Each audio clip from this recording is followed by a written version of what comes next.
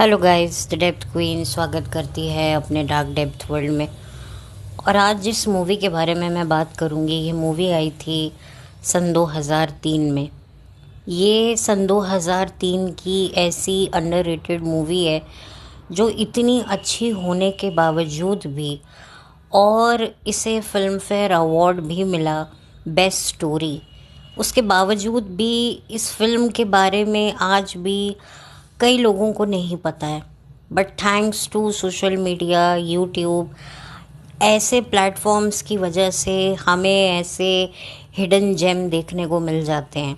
हालांकि जब ये फ़िल्म आई थी, मैं तब से इस फिल्म को देखना तो चाहती थी, और कई बार ऐसा भी होता था कि ये फ़िल्म मेरी आंखों के सामने होते हुए भी मैं इसे नहीं देख पाती थी। लेकिन अभी हाल ही में कुछ ही दिन पहले जब मैंने ये मूवी देखी, तब मुझे रियलाइज़ हुआ कि वाकई मैंने सही वक्त पे सही चीज़ देखी है। क्योंकि शायद उस वक्त सन 2003 में अगर मैं ये फ़िल्म देख लेती, या उससे पहले भी मैं देख लेती, 10 साल पहले भी, तो भी मैं आज जितनी गहराई से इस फिल्म को समझ पाई हूँ, मैं तब नहीं समझ पाती। क्योंकि एक एक्सपीरियंस होता है प्रैक्टिकल और थ्योरिकल।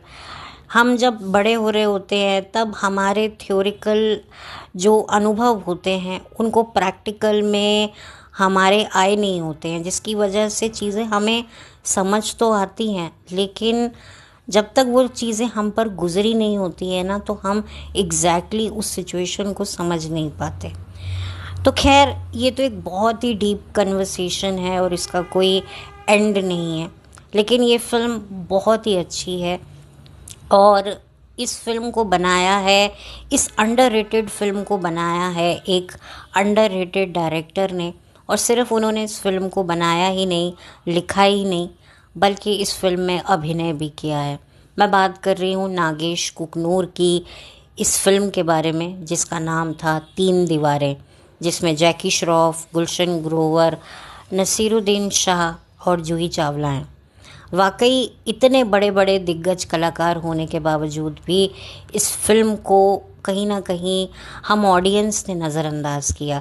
इसमें गलती हमारी है, इसमें और किसी की भी गलती नहीं है। और हाँ, उस टाइम पर इतनी पेड पीआर नहीं होती थी, और ऐसी फिल्मों के साथ तो बिल्कुल भी वो पीआर मैकेनिज़्म घूमता ही नहीं है। आज भी जो अच्छी बेहतरीन फ़िल्में होती हैं बड़ी मुश्किल से चलती हैं, क्योंकि बहुत ही उनको जो आम जनता है उन तक उन फ़िल्मों को पहुंचाया जाता है। ये आज भी होता है, और पहले तो बहुत ही होता था। बट अब यूट्यूब है, सोशल मीडिया प्लेटफॉर्म है, तो हमें कुछ ना कुछ ऐसी फ़िल्में हमारे सामने आती रहती हैं, और हम इन्हें देखते हैं, और देखकर और भी ज़्यादा अफसोस करते हैं कि काश हमने ऐसी फ़िल्मों की कदर की होती, तो शायद आज बॉलीवुड की वो हालत नहीं होती जो आज है।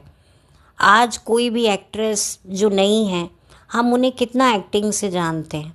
हम सिर्फ जानते हैं उनके फिगर से कि ये आगे से अच्छी है, पीछे से अच्छी है। आपको शायद मेरी बात सुनकर थोड़ा अजीब लगेगा, बट ये रियलिटी है। आज हम एक एक्टर को कैसे एक एक्टिंग के रूप में जानते हैं, हम उस एक्टर की एक्टिंग कहाँ देखते हैं। हम तो देखते हैं कि भाई इसकी फ़िज़िक बहुत अच्छी है, ये नाचता बहुत अच्छा है, ये दिखता बहुत अच्छा है, दैट्स इट। एक्टिंग तो हम देखते ही नहीं हैं कि भाई इसने हीरोइन को बड़ी कस के पकड़ा हुआ है तो एक अच्छा एक्टर है। हम ऐसे उसकी एक्टिंग को जज करते हैं। लेकिन जो पहले के एक्टर्स होते थे, वो अपनी एक्टिंग के बलबूते पर काम करते थे ना। वो लुक्स जो होती थी उनकी, उनको पड़ी होती थी, सिर्फ अपनी परफॉर्मेंस की उनको पड़ी होती थी। और यही वजह है कि आज भी उन एक्टर्स को, उन एक्ट्रेस को हम लोग उनकी परफॉर्मेंसेस से जानते हैं। चाहे वो ब्लैक एंड वाइट एरा हो, या फिर बाद में कलर्ड फिल्मों का दौर हो। बहुत सारे पहले की जो ऑडियंस होती थी, वो मुझे लगता है काफ़ी समझदार होती थी। वो सिर्फ एक्टिंग देखती थी, वो हीरो की फ़िज़िक, हीरोइन की जवानी नहीं देखती थी, वो सिर्फ काम देखती थी। लेकिन अब की जो ऑडियंस है वो इतनी शायद भटकी हुई है कि हीरो हीरोइन की बीच में एक सिजलिंग केमिस्ट्री ही उन्हें देखनी होती है। अब आप कहेंगे नहीं, अच्छी फिल्में हम देखना चाहते हैं तो फिर क्यों नहीं देखते हैं, क्यों ऐसी घटिया फिल्मों को जो है 400 करोड़ के क्लब में ये पहुंच जाती हैं, और ऐसी जो वाकई बेहतरीन फिल्म होती है जिसमें आर्टिस्ट ने अपने चेहरे के साथ ही नहीं बल्कि अपनी आँखों से भी अभिनय किया होता है। इस फिल्म में तीन दीवारों में अगर आप जूही चावला का परफॉर्मेंस देखेंगे ना तो आपको लगेगा कि उस बंदी ने तो अपनी आँखों से ही घायल कर दिया है। इतनी ज़बरदस्त एक्टिंग करी है और इसका सारा श्रेय मैं नागेश कुकनूर को दूंगी। तो तीन दीवारें फिल्म की जो कहानी है वो तीन कैदियों पे होती है जिनको सज़ाए मौत सुनाई गई है। तीनों ने अलग अलग वक्त पर खून किया है।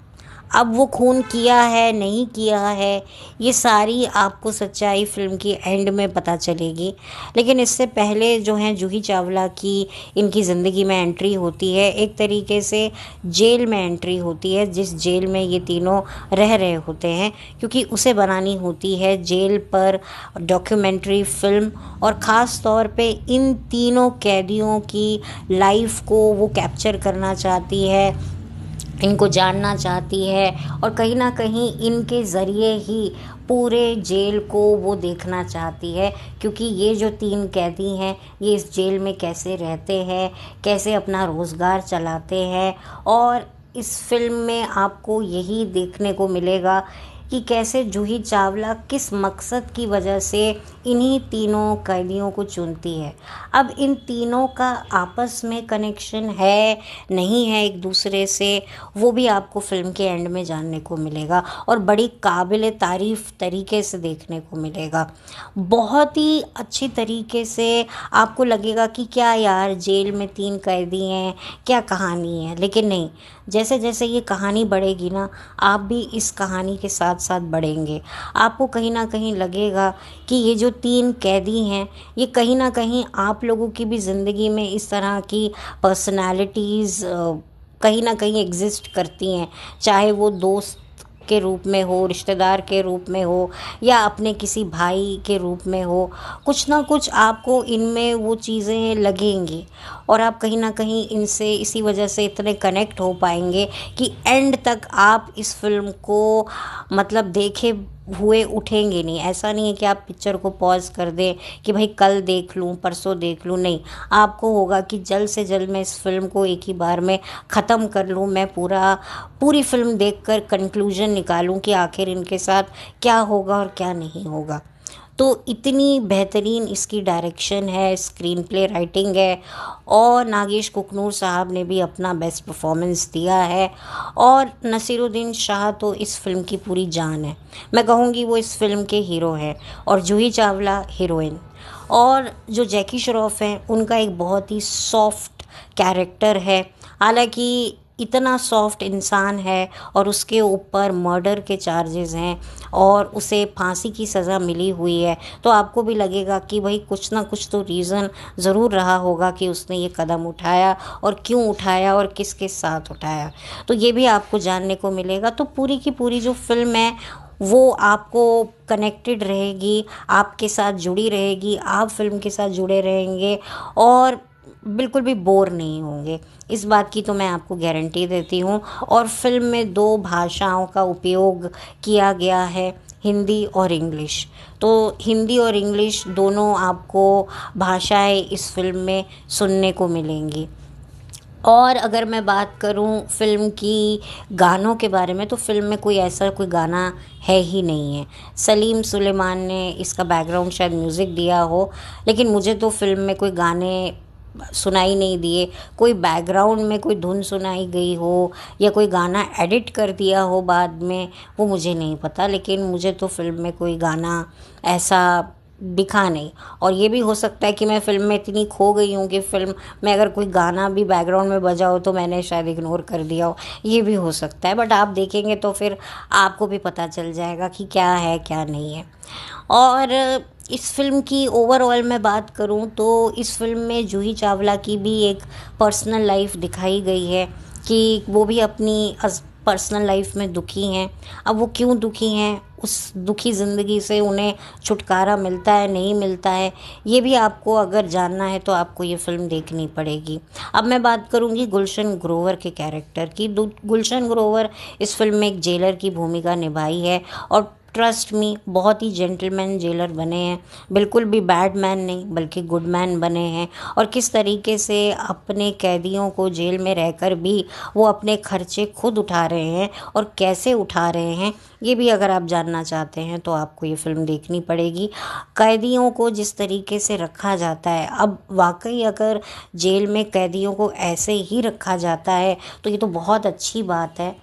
बट अब कहते हैं ना, हाथी के दांत दिखाने के कुछ होते हैं, खाने के कुछ होते हैं। तो अब देखिए, जो भी दिखाया जाता है वो वाकई सच होता है नहीं होता है, या उसका एक और भी पहलू होता है, ये भी मैं समझती हूँ। लेकिन जिस तरीके से इस फिल्म में दिखाया गया है, बहुत ही अच्छे तरीके से दिखाया गया है। हाँ, कुछ एक घटना ज़रूर आपको डिस्टर्ब करेगी, लेकिन उसे ऐसे फिल्माया गया है कि आपको पता चल के भी पता नहीं चलेगा कि क्या घटना हुई है। फ़िल्म साफ़ सुथरी है, वैसे फ़िल्म में ऐसा कोई न्यूडिटी बिल्कुल भी नहीं है, तो आप देख सकते हैं। अकेले में मैं चाहूँगी कि आप इस फ़िल्म को अगर देखेंगे तो ज़्यादा अच्छा इम्पैक्ट आएगा। और जो कैदियों की जो मानसिक स्थिति होती है, कुछ कैदी ऐसे भी होते हैं जो जेल से निकलना ही नहीं चाहते हैं, क्योंकि वाकई अगर जेल ऐसी हो तो क्यों कोई बाहर निकलना चाहेगा, क्योंकि एक कैदी का जो जीवन होता है आधे से ज़्यादा जेल में कटता है, और जब वो बाहर जाता है तो और भी ज़्यादा उसे तकलीफ़ भुगतनी पड़ती है, क्योंकि जब जिस दुनिया में वो जाता है और दुनिया के लोगों को ये पता चलता है कि ये जेल में सज़ा काट के आया है, भले ही वो जेन्युइन सज़ा हो या उसे फंसाया गया हो, वो कुछ भी मैटर नहीं करता है। लोगों की जो नज़रें होती हैं उसे एक कैदी की तरह ही देखती हैं, तो उनके साथ में अपना व्यवहार बिठाना ये बड़ा मुश्किल होता है। और इसी वजह से कई कैदी तो जेल में ही रहना पसंद करते हैं, और अगर जेल अच्छा हो तो।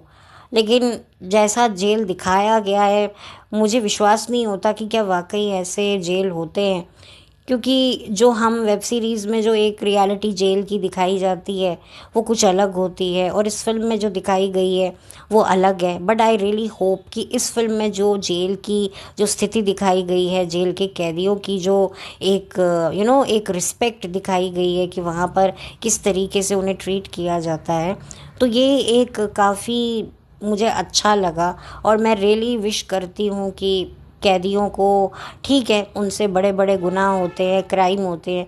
देखिए, आपसे गुनाह हुआ, जिस भी हालात में हुआ, भले आपने अपनी मर्ज़ी से किया, लेकिन अगर आप जेल में रहकर पश्चाताप कर रहे हैं, प्रायश्चित कर रहे हैं और एक सलीके से अपनी आने वाली ज़िंदगी को काट रहे हैं, तो भी कहीं ना कहीं देखिए, फिर भी कहीं ना कहीं वो एक्सेप्टेबल होता है। देखिए, मैं जानती हूँ कि भाई जिसका नुकसान होता है, जिसके साथ कोई गलत करता है, वही वो फिर उसका एक अलग ओपिनियन होता है कैदियों की तरफ। लेकिन कुछ ऐसे भी कैदी होते हैं जो वाकई दिल से रिग्रेट कर रहे होते हैं, रिपेंट कर रहे होते हैं, ये मैं उनके लिए बात कर रही हूँ। कई ऐसे भी लोग होते हैं जो बड़े बड़े गुनाह करके उनको टी भर भी रिपेंट नहीं हो रहा होता, वो तो खैर बिल्कुल एक अलग गौन केस होते हैं। बट ऐसे भी मैंने लोग देखे हैं जो वाकई बड़े शर्मिंदा होते हैं, और वो इस तरीके से जो है रिपेंड कर रहे होते हैं, तो उनके साथ अगर एक अच्छा सलूक किया जाए, उनके साथ थोड़ी रहमदिली दिखाई जाए, तो वो एक उनकी मानसिक स्थिति के लिए एक बहुत अच्छी चीज़ निकल कर आती है। और इस फिल्म में भी दिखाया गया है। और इस फिल्म में जो है ये तीनों किरदार जो हैं, जैकी श्रॉफ के और नसीरुद्दीन शाह के और ये जो नागेश सर के हैं, ये तीनों अपने आप में बहुत डिफरेंट हैं, लेकिन कहीं ना कहीं एक सेम सिचुएशन में फंसे हुए हैं। और किस तरीके से इनका आपस का बॉन्ड है वो भी आपको अच्छा लगेगा देखने में। और जूही चावला के आने के बाद किस तरीके से क्या घटनाएं होती हैं, जूही चावला का आखिर मकसद क्या है, क्यों जूही चावला इन तीनों की ज़िंदगी में इतना इंटरेस्ट ले रही है, इतनी दिलचस्पी ले रही है, तो ये सारी चीज़ें आपको फ़िल्म को अंत तक देखने के लिए मजबूर करेंगी। तो मुझे लगता है कि मैंने जितनी इन्फॉर्मेशन आपको इस फ़िल्म के बारे में दी है वो काफ़ी है।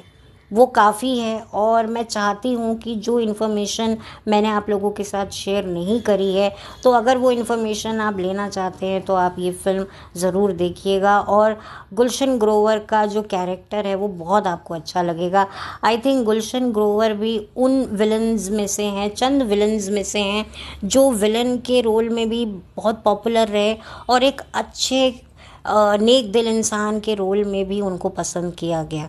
और एक टाइम बाद गुलशन ग्रोवर ने भी अच्छे रोल्स किए हैं, कैरेक्टर रोल्स किए हैं, जिनको लोगों ने काफ़ी पसंद भी किया है। तो मैं तो मानती हूँ कि गुलशन ग्रोवर भी एक बहुत ही अच्छे एक्टर हैं।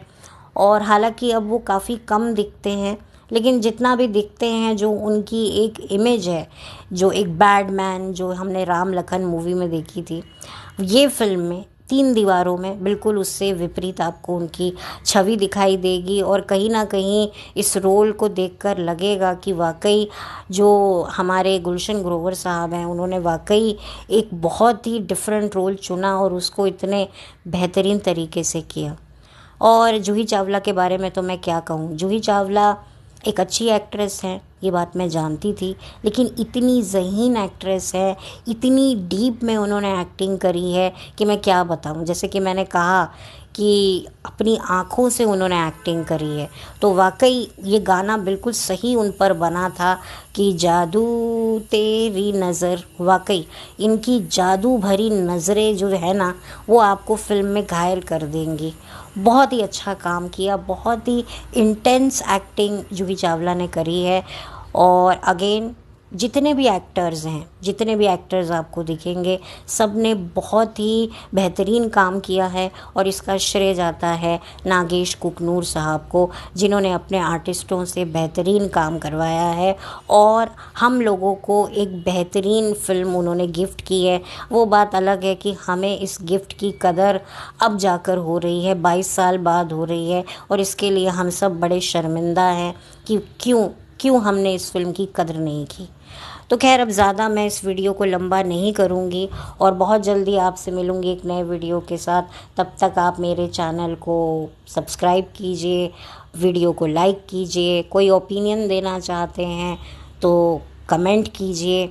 तो जल्दी मिलूँगी आपसे। और आपने ये फ़िल्म देखी है या नहीं देखी है, या देखने वाले हैं, या ऑलरेडी जब ये फ़िल्म रिलीज़ हुई थी तब आप इस मूवी को देख चुके हैं, जो भी आपके ओपिनियन है, जो भी जजमेंट है, वो आप कमेंट सेक्शन में मेरे साथ शेयर कीजिए। मुझे इंतज़ार रहेगा। तब तक के लिए चलती हूँ। Bye. Have a blessed day.